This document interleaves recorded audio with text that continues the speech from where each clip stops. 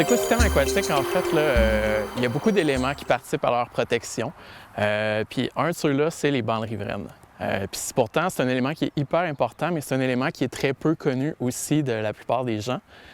Et la bande riveraine, en fait, c'est le milieu dans lequel on est. Donc, c'est la zone qui est sur le bord des cours d'eau. Donc, déjà, si on y va avec les termes bande, on pense à donc autour, une certaine largeur à proximité de quelque chose. Riveraine, on parle de la rive. Donc, la rive, toute la section un peu plus qui borde l'eau. Donc, bande riveraine, c'est vraiment une distance en bordure des cours d'eau. Cette distance-là en bordure des cours d'eau, c'est la zone qu'on considère comme la zone de transition entre le milieu aquatique et le milieu terrestre. Donc, quand on est en bas, proche de l'eau, on a des plantes un peu plus considérées aquatiques. Plus on s'éloigne du cours d'eau ou du plan d'eau, plus on a des plantes un peu plus terrestres. Donc, c'est vraiment la zone qui permet de faire une transition entre les différents écosystèmes aquatiques et terrestres. Cette zone-là joue plusieurs rôles et c'est notamment via la végétation qu'on retrouve dans la bande riveraine que ces rôles-là vont être remplis. Donc, la bande riveraine joue différents rôles. Elle a beaucoup d'importance pour la qualité de l'eau et différentes autres fonctions. Les végétaux, de par leur présence avec leur système racinaire, ils vont venir finalement garder le sol en place. Les racines permettent de solidifier le sol, ce qui fait en sorte que quand on a des vagues, par exemple sur le bord d'un lac ou d'une rivière, les vagues vont taper sur le sol, puis les racines vont permettre de maintenir ça en place. Donc, on limite un peu l'érosion. Mais l'érosion, on l'observe aussi avec le ruissellement de l'eau. Quand il pleut, l'eau va s'écouler dans la pente. Ici, c'est un bon exemple. On a une pente assez prononcée. Donc, avec les végétaux en place, on va être capable de venir freiner le ruissellement et le système racinaire va être capable d'absorber aussi une partie de l'eau. Ce qui veut dire qu'on limite les coups d'eau qui pourraient arriver et donc l'érosion qui se ferait également en surface dans la pente. Une autre fonction importante des végétaux, c'est leur capacité avec leur système racinaire de capter tout ce qui est transporté dans l'eau. Donc, en plus de limiter l'apport d'eau, ils vont pouvoir limiter tout ce qui est transporté, comme les éléments nutritifs, le phosphore, l'azote. Puis ils vont même freiner l'apport de matière en suspension, donc les particules de sol. Ce qui fait en sorte qu'au lieu de se retrouver dans le cours d'eau, ça va se retrouver dans la bande riveraine. C'est les végétaux qui vont s'en nourrir. Donc, ça nous permet d'éviter d'avoir des plantes aquatiques qui vont se mettre à pousser dans le cours d'eau, que ce soit les algues bleu-vert, qu'on peut voir beaucoup dans les lacs, mais également différentes plantes. Souvent, on dit que c'est du foin, mais c'est les éléments qu'on est capable de contrer dans les cours d'eau avec les bandes riveraines.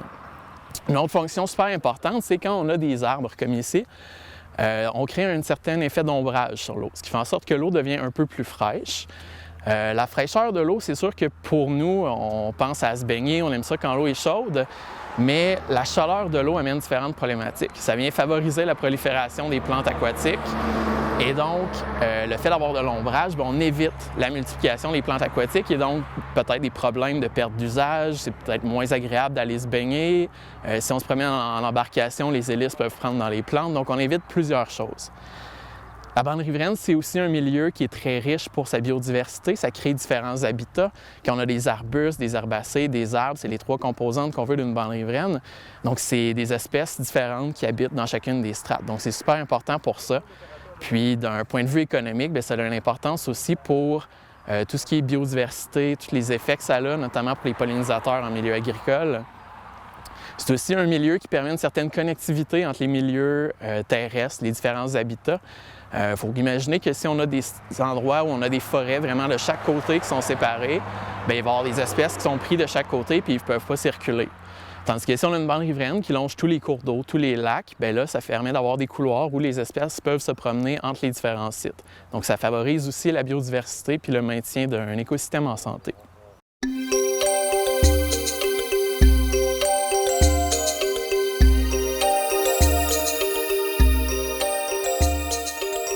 Donc, les bandes riveraines, ça a une très grande importance. Maintenant, on peut se demander comment savoir si notre bande riveraine est en santé. Est-ce qu'on a assez de végétaux pour remplir les différents rôles, différentes fonctions, puis que ça nous assure d'avoir un écosystème qui est en bonne santé? La façon très simple, c'est de simplement regarder autour de soi. Surtout si on est sur un terrain riverain, on peut se demander est-ce que j'ai de la pelouse pratiquement partout sur mon terrain ou j'ai une bande avec de la végétation, un mélange d'arbres, d'arbustes, d'herbacées. Donc, si on a beaucoup de pelouse, c'est signe qu'on a une problématique. L'eau va amener facilement les différents contaminants vers le lac, vers le cours d'eau. Donc, c'est signe qu'il faut revégétaliser. Donc, il y a une politique qui existe, la politique de protection des rives, du littoral et de la plaine inondable, qui dit que finalement, on devrait avoir une bande riveraine de 10 à 15 mètres. 15 mètres, c'est quand on a une pente prononcée, donc on a besoin de plus large pour ralentir l'eau. Donc, si on n'a pas de la végétation sur ces 10 à 15 mètres-là, on devrait, en théorie, revégétaliser, faire en sorte que la végétation revienne à l'état un peu plus naturel, donc d'éviter d'avoir juste de la pelouse. Pour ça, il y a différentes façons. La façon facile, c'est simplement d'arrêter de tondre la pelouse. Si on est un riverain, c'est pas trop compliqué, ça ne nous coûte pas vraiment, ça ne coûte rien. Finalement, on fait juste attendre, la nature va revenir d'elle-même. C'est une solution qui est facile, qui coûte absolument rien, mais on n'a pas le contrôle sur ce qui va arriver. Donc, ça se peut qu'on ait un arbre qui va pousser en plein milieu de notre terrain, puis là, on perd la vue sur le terrain. Donc, l'autre alternative, pour garder le contrôle, c'est de choisir quelle espèce on met à quel endroit. Ça, il y a des services professionnels qui peuvent nous aider à déterminer quelle espèce est appropriée selon le type de sol, la luminosité, la quantité d'humidité qu'il y a dans le sol. Mais ça nous permet donc d'avoir un aménagement paysager qui a un aspect esthétique intéressant. On peut choisir des espèces qui font des fleurs, des fruits. Puis ça nous permet de savoir exactement qu'est-ce qu'on veut faire pour que ça nous plaise, mais que ça plaise aussi pour la qualité de nos écosystèmes. Il y a différentes études qui ont été faites aussi pour voir est-ce que nos bandes riveraines dans la région sont en santé. Une récente qui a été faite, c'est pour le lac Saint-Jean, où on voyait que finalement, environ 56 % de la bande riveraine du lac Saint-Jean était dégradée. Puis quand on s'attardait spécifiquement aux secteurs qui sont habités, bien là, on monte au-dessus de 80 %. Donc, ça veut dire qu'il y a quand même une bonne majorité des terrains riverains qui n'ont pas une bande riveraine mélangée avec des herbacées, des arbustes, des arbres. Donc, ça amène différentes problématiques, érosion, qualité de l'eau, polluants dans l'eau. Donc, c'est sûr qu'il y a beaucoup de travail à faire. Il y a différents programmes qui existent aussi pour revitaliser la bande riveraine. Du côté de l'organisme de bassin versant Lac-Saint-Jean, on offre des programmes aux riverains pour avoir des services professionnels, des conseils sur la revitalisation, des commandes groupées. Il y a plusieurs municipalités aussi qui offrent des programmes comme ça. Souvent, on entend parler du mois de l'arbre, qui a des distributions d'espèces gratuitement. Donc, c'est plein de solutions qui permettent de revitaliser aussi la bande riveraine.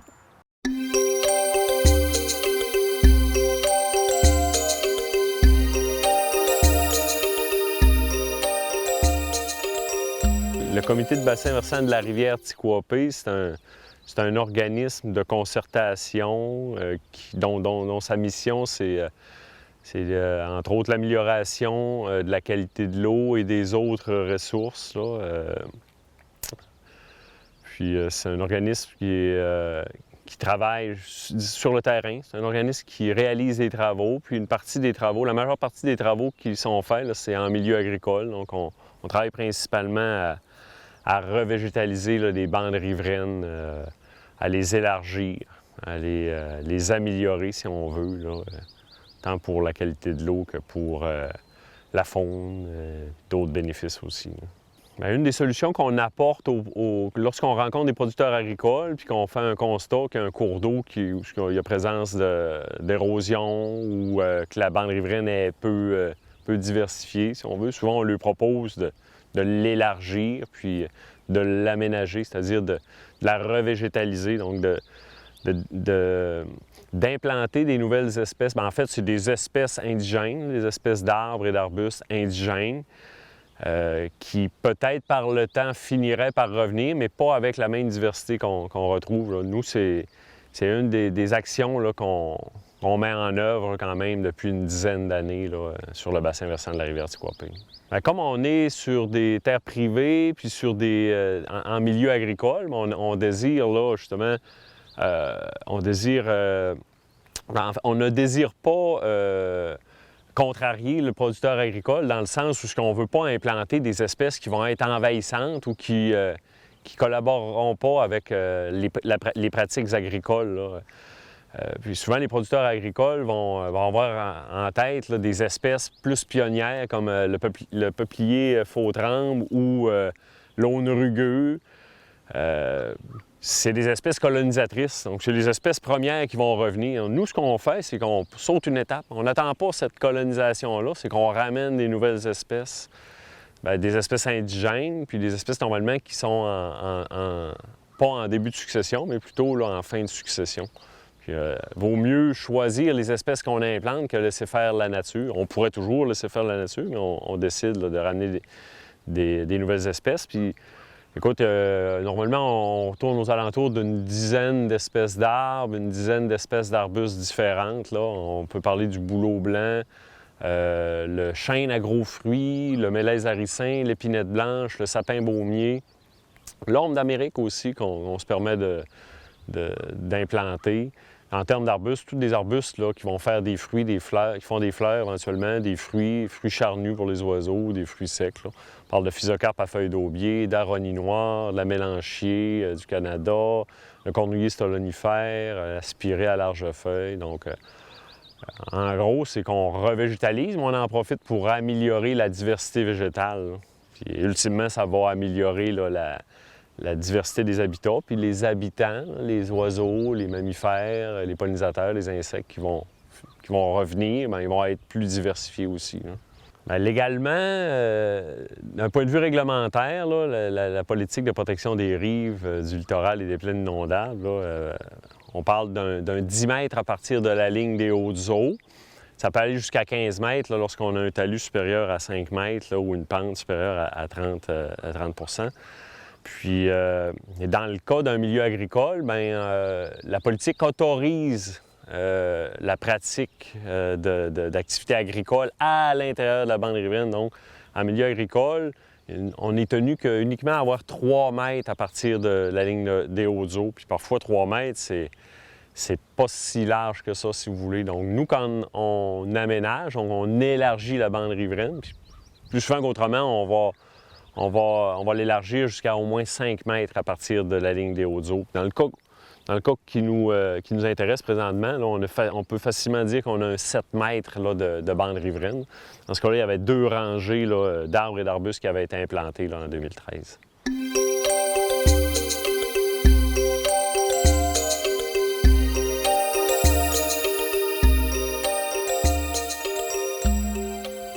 Bien, c'est sûr qu'en milieu agricole, l'entretien est plus minimaliste. Ce qu'on veut, c'est laisser faire la nature. Hein.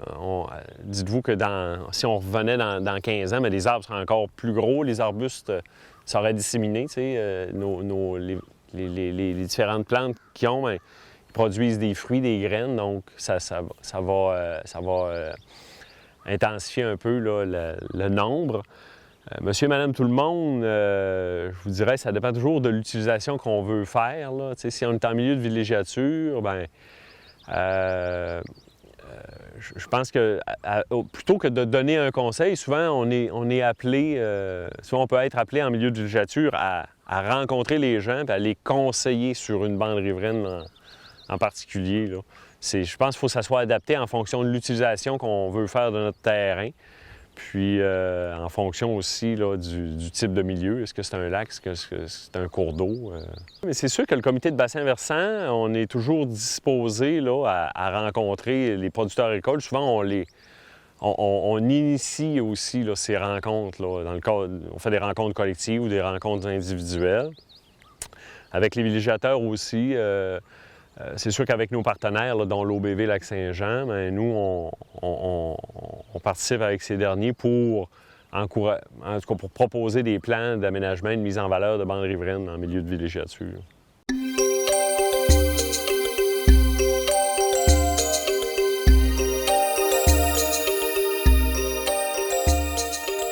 Les différences, on les voit, c'est sûr que lorsqu'on aménage une bande riveraine, lorsqu'on plante des arbres, des arbustes, bien, à chaque année, on voit une différence. Hein? Il y a une croissance qui est visible. La sensibilisation, c'est une chose, mais il faut aussi agir. T'sais, on les encourage à agir, mais cet encouragement-là se traduit aussi par notre mobilisation à nous là, envers eux, dans le sens que s'ils démontrent une ouverture, bien, nous, on les accompagne. C'est qu'on va réaliser les travaux là, en leur nom, puis où on va faire réaliser les travaux pour que ultimement, ça soit aménagé.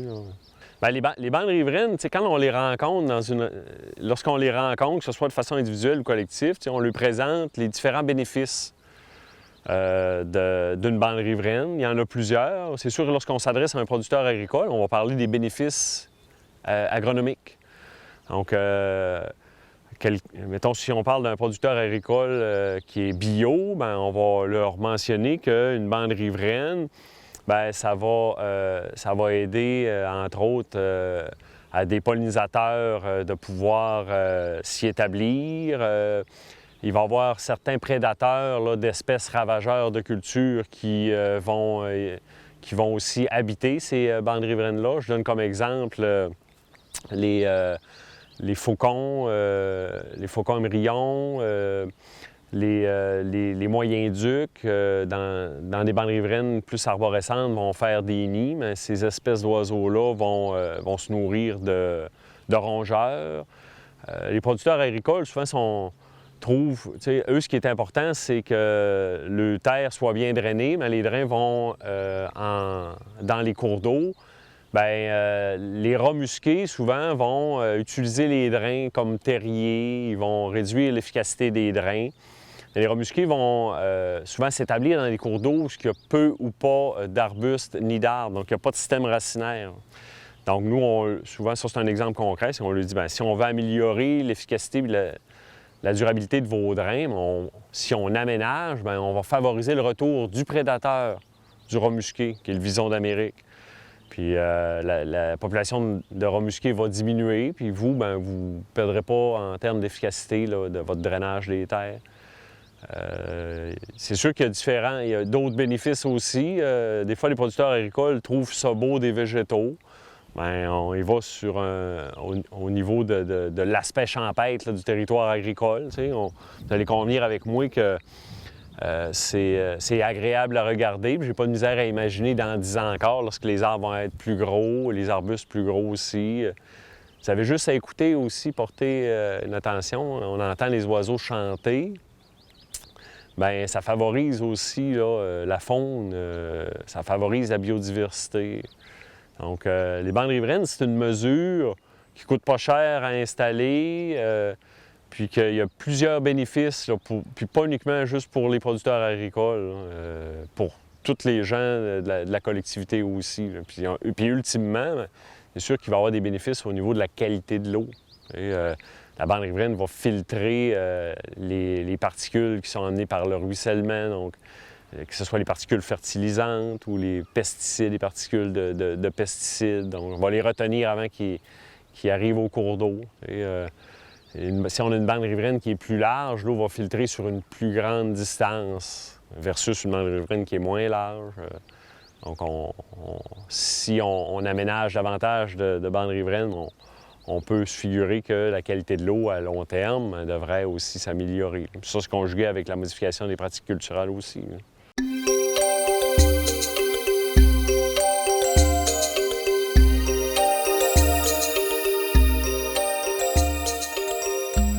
Le comité de bassin versant de la rivière Tikouapé, il y a des producteurs agricoles qui siègent au conseil d'administration.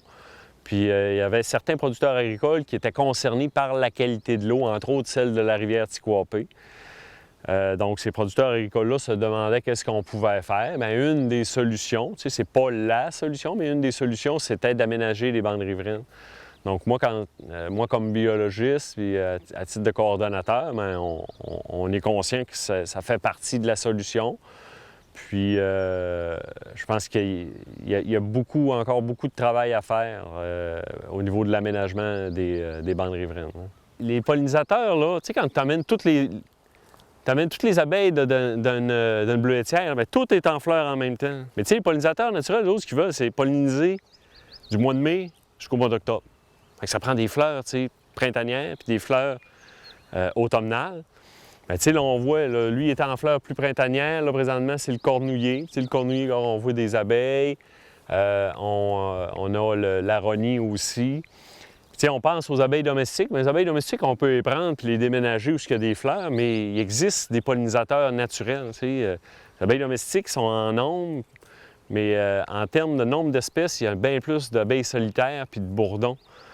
Puis il y a une baisse, justement, au niveau des pollinisateurs. Puis ça c'est sûr que d'aménager des bandes riveraines, ça favorise là, les pollinisateurs. Là. Nous autres, quand on fait des projets, entre autres, avec des partenaires comme la Fondation de la faune, c'est pour améliorer la biodiversité. La biodiversité, là, ça se traduit en différentes espèces de plantes et en différentes espèces d'animaux. Tu sais, tout à l'heure, j'ai parlé d'oiseaux. Il y a des oiseaux qui se nourrissent de fruits, d'autres de graines. Bien, ils peuvent retrouver justement les fruits. Tu sais, la mélanchie, l'aronie, les oiseaux peuvent venir en manger. Les pollinisateurs, ben, tu sais, je l'expliquais tout à l'heure.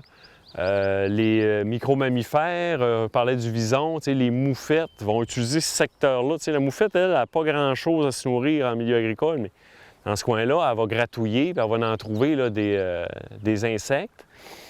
Je parlais du vison, le renard, le coyote va utiliser les bandes riveraines, entre autres, comme corridor de déplacement. Puis ils vont se nourrir justement de rongeurs ou de moufettes ou d'autres bestioles. Là, tu sais.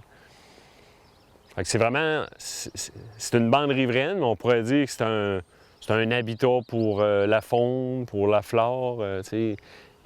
Il n'y a pratiquement, si on enlève le fait qu'on a réduit la surface en culture, loin d'être significatif, tu sais, si on enlève ça, il n'y a que des effets positifs.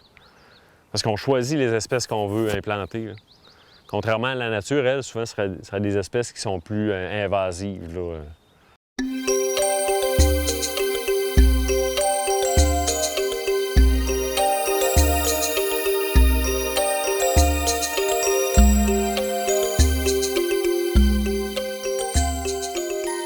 Bien, c'est sûr qu'il reste encore beaucoup de travail à faire, mais chose certaine, c'est qu'il y a des axes. Tu sais, mettons, si je parle du comité de bassin de la Rivière-du-Coipé, ça fait depuis 2009 qu'on aménage des bandes riveraines.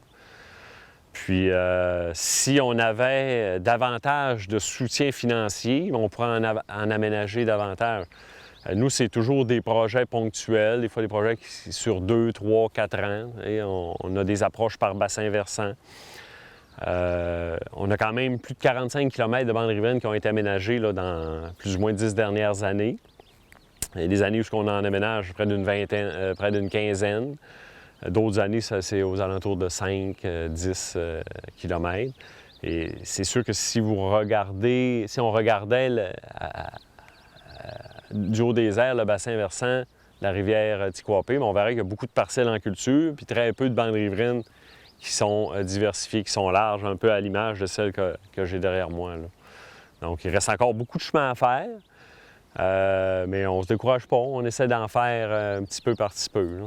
Moi, je suis issu je demeure présentement dans un milieu rural où je suis entouré de terres agricoles, puis je suis venu au monde là. Puis, on a vu un peu les modifications, on a vu un peu la modification là, des pratiques culturales.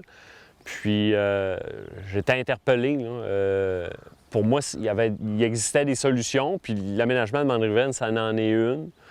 Tant pour améliorer la qualité de l'eau, améliorer la qualité des habitats ou la biodiversité. Puis moi, comme biologiste aussi, bien, je trouve que c'est important de pouvoir réaliser ces mesures-là. Donc, moi, je le fais, j'ai commencé à le faire près de chez moi, avec les producteurs agricoles qui m'entouraient, donc dans le secteur de Normandin. Puis, ce qui est agréable, c'est que à tous les jours, lorsqu'on se promène dans le secteur, c'est qu'on voit le fruit de nos travails en 2009, 2010, 2011, puis on voit que ça évolue, puis pour le mieux. Là.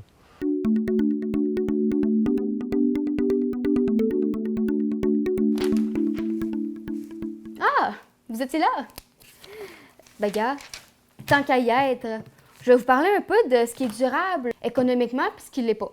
Donc, en environnement, quand on parle de choses durables, c'est des choses qui vont durer longtemps puis qui vont coûter pas beaucoup de matériaux, exemple, à fabriquer ou bien que ça va valoir la peine. Comme contrairement au plastique, supposons, qu'on va faire, qui va prendre peu de temps à la fabrication, mais qui va rester là une centaine d'années. Donc, les plastiques à usage unique, on va l'utiliser 5 minutes, mais il va prendre environ 500 ans à se décomposer. Je vais vous présenter quelques petits objets, peut-être, pour faire peut-être comprendre la nuance entre durable et économique. Donc, le sac de papier, le plastique pas cher, léger, simple d'utilisation, c'est le fun. Il va falloir le changer à plusieurs reprises parce que justement, il se magane. Par exemple, si on veut penser économie, on peut dire, bon, mais je vais payer 5 $ de plus. Je vais m'acheter un sac réutilisable en tissu, si je suis capable de le sortir, solide, qui va durer longtemps, en tissu. Il est plus durable. Puis, quand on n'en aura plus de besoin, s'il brise, on va être capable de le réparer en faisant une nouvelle couture, en bouchant les trous. Puis si on ne le veut plus, on peut l'envoyer à des comptoirs vestimentaires parce que d'autres, ils peuvent récupérer aussi les sacs. Un autre exemple, peut-être pour vous rafraîchir la mémoire, les bouteilles d'eau. C'est pas cher acheter une caisse de bouteilles d'eau. Des fois, ça peut aller jusqu'à 2 $.